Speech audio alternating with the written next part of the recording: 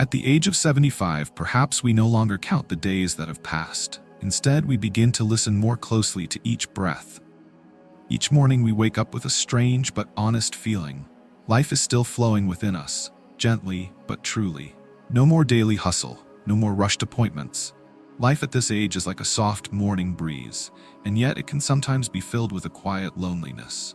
Especially when you live alone, the silent home, the TV repeating itself, and meals that are simple and small, often served on a single plate. Many begin asking questions we used to avoid when we were younger. How much time do I have left? Am I truly living well? After 75, is there still something meaningful to look forward to? These aren't pessimistic thoughts. They are the honest reflections of a soul that has loved, lost, hoped, and is still quietly searching for a sense of purpose. The beautiful thing is this: some answers don't lie out there in the world, but within you. Your body, your mind, your heart are all sending gentle and deeply human signals. Small, quiet signs that speak of vitality, resilience, and the profound depth of a life lived. And when you know how to listen, you'll realize you still have so much strength to live healthily, independently, and meaningfully. Today, I want to gently walk with you through 7 signs that science has proven. Signs that don't just reflect your physical health, but also your spirit, your will, and your deep desire to keep living fully. You don't need to climb mountains or go jogging every morning. You don't need to live like someone younger. You just need to recognize that the things you're doing and feeling each day might already be proof that you're living longer, stronger, and more joyfully than you realize. Maybe you still enjoy a morning walk. Maybe you still smile when you hear birds outside your window. Maybe you still talk to an old friend, even if just over the phone. And maybe you're caring for yourself, from your meals to your sleep to the quiet hope that rests in your heart. All these things, though they may seem ordinary, are powerful indicators of vitality and longevity. And most importantly, you are not alone. All around the world, there are millions of people just like you, living in quietness, searching for a reason to keep going. People who long to be heard, to be understood, and to live fully in the years they have left. In this video, we won't talk about fear. We'll talk about hope, about how each one of us, even after turning 75, still holds the keys to long life, good health, and meaningful living.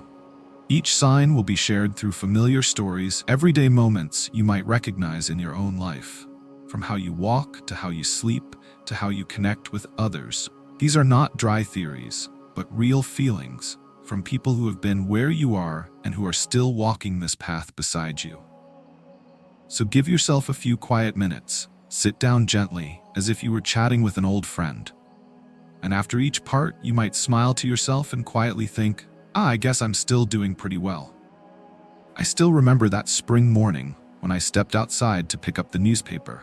The path from my front door to the gate wasn't far, but I noticed I was walking a little faster than the day before. Not rushing, not hurrying, just steady, confident steps. And strangely, that simple feeling made me feel more alive. Walking speed is one of the simplest yet most powerful indicators of overall health. It's no coincidence that geriatric doctors often use it as a biological marker. Whether you walk fast or slow reflects not only muscle strength, but also coordination between the nervous system, heart, and the clarity of your mind. An old friend of mine, he's almost 80 now, told me that every morning he walks a few laps around his backyard. Not as exercise, but just to feel his body.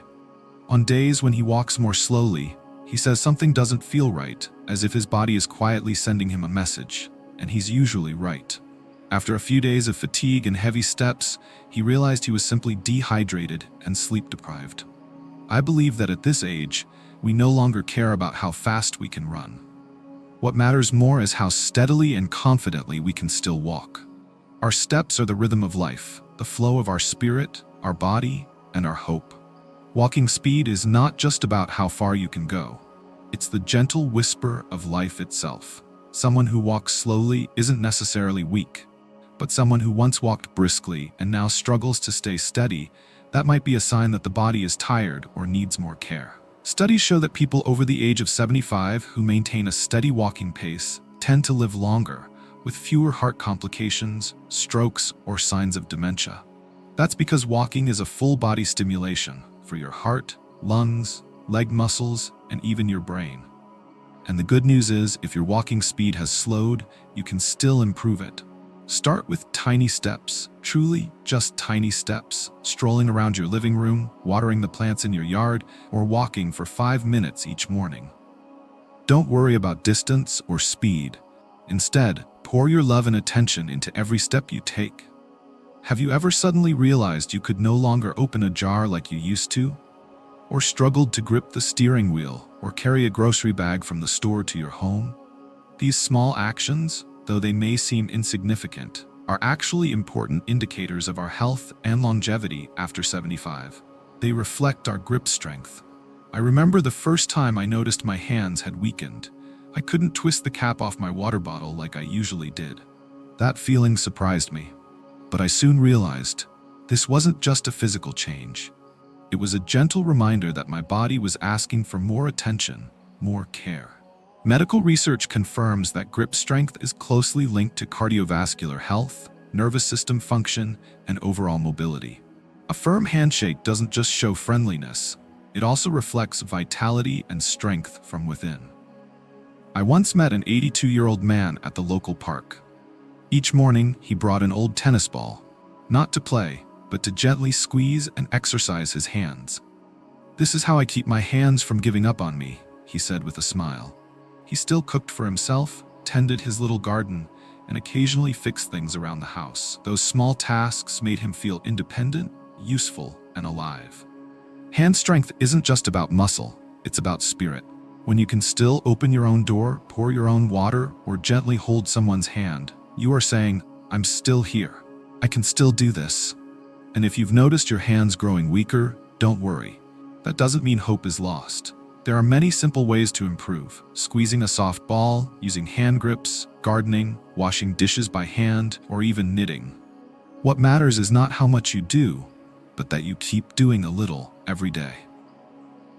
If you're still watching this video and this message resonates with your own experience, please share in the comments.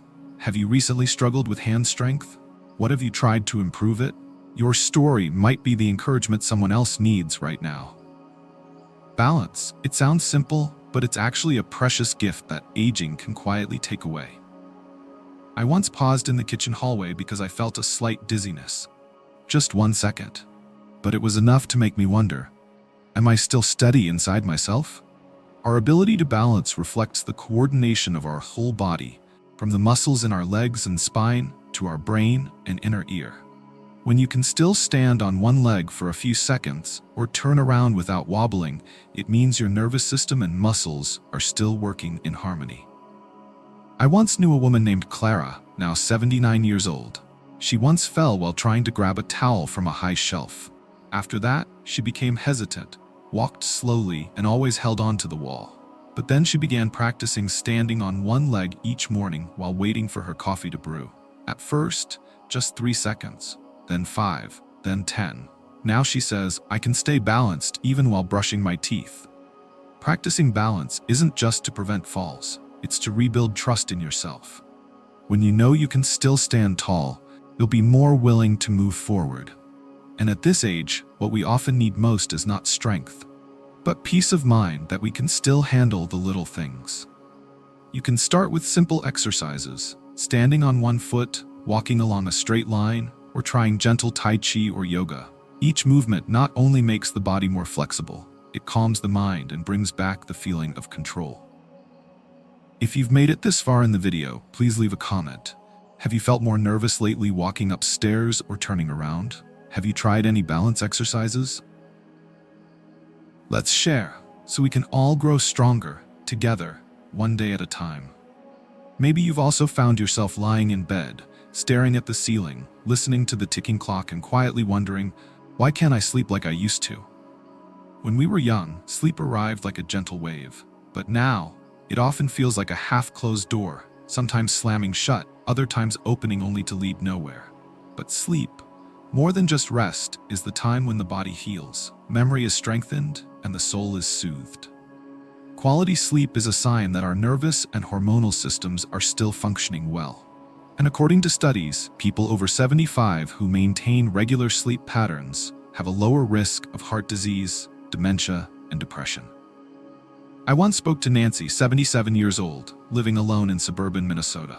She shared that she suffered from long-term insomnia after her husband passed. She became irritable, stopped going out, and always felt tired. But then she began to change her habits, turning off the TV early, reading a few pages from a book, brewing a cup of herbal tea each night. And most importantly, she learned to forgive herself for the sleepless nights. Little by little, sleep returned. Not as whole as before, but enough for her to feel at peace again. If you're having trouble sleeping, don't panic. Your body may be trying to tell you something. Maybe it's unresolved stress. Maybe the glow of your phone is disturbing your melatonin. Maybe you need a different pillow, a short afternoon nap, or just a soft whisper that says, "It's okay, I can still sleep again." At 75, eating is no longer just about filling the stomach. It becomes a gentle reflection of our inner vitality. When you find yourself eating just to get it over with, or having no appetite at all, it could be your body whispering, "Please pay more attention to me." My friend Margaret, now 78, used to love cooking. But about a year after her husband passed, she began skipping meals. Some days she would only eat a few cookies and drink a glass of milk before going to bed. When I asked her about it, she smiled faintly and said, "There's no one to eat with. What's the point?" But then one day, her granddaughter brought her a beautifully arranged lunchbox, and Margaret cried as she picked up the spoon. "It's been so long since food tasted this good," she said. Appetite isn't just about hunger. It's a reawakening of the senses. It reflects a mood full of life, a connection to memory, to loved ones. Seniors who maintain a healthy eating routine often have better immunity, more stable weight, and brighter moods. But on the flip side, if you notice unexpected weight loss or lose interest in foods you once loved, don't ignore it. It might mean your digestive system is slowing down, or you're lacking nutrients. Or perhaps it's a silent sign of depression. You don't need to eat a lot.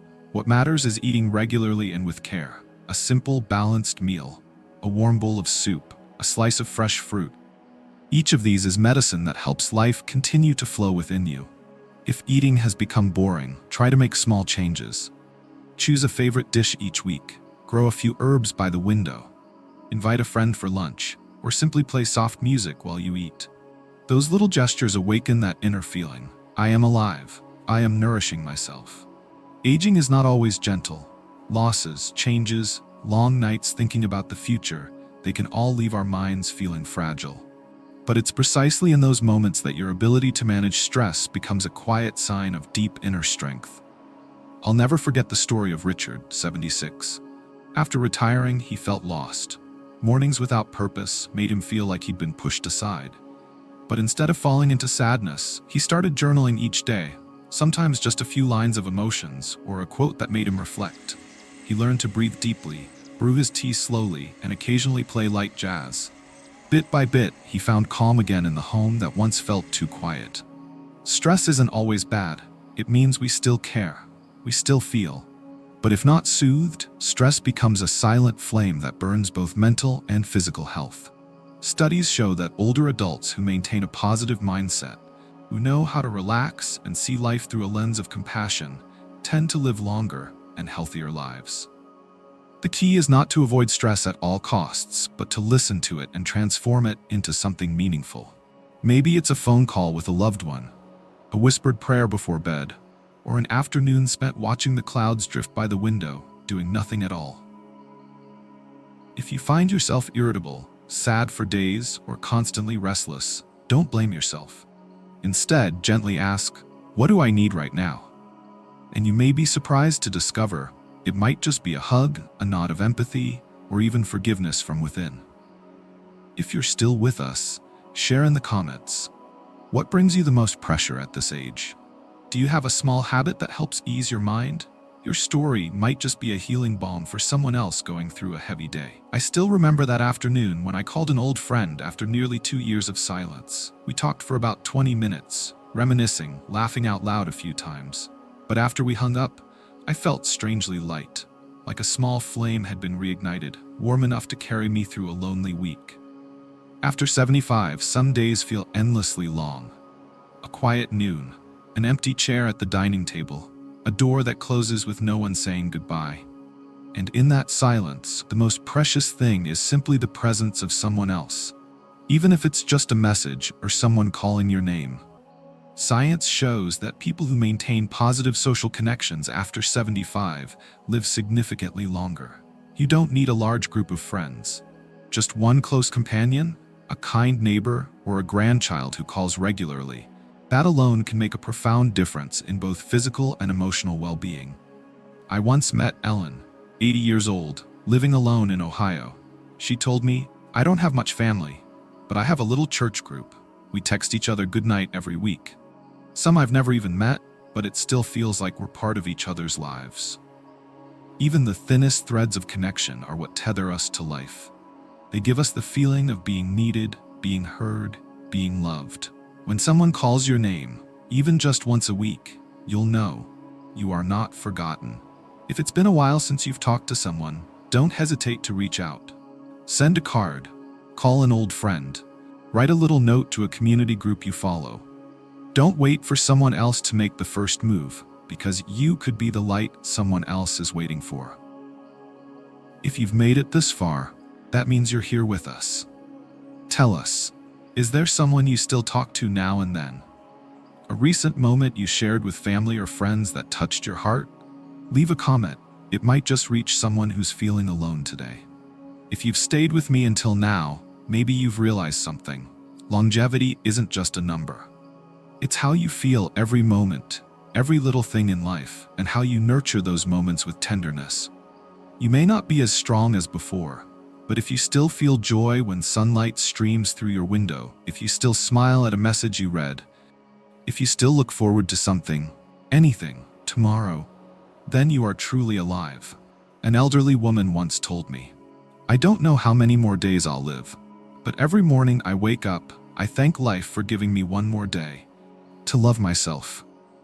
And I believe, if you're still watching this final minute of the video, that light lives in you too. Quiet, but steady.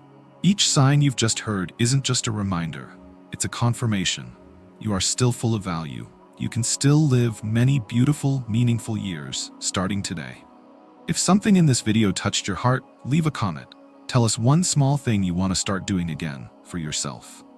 And if you want more healing reminders like this, don't forget to hit subscribe, turn on the notification bell, and share this video with someone who might need it. Thank you for listening, for living, and for never giving up hope. See you in the next video. Bookmark.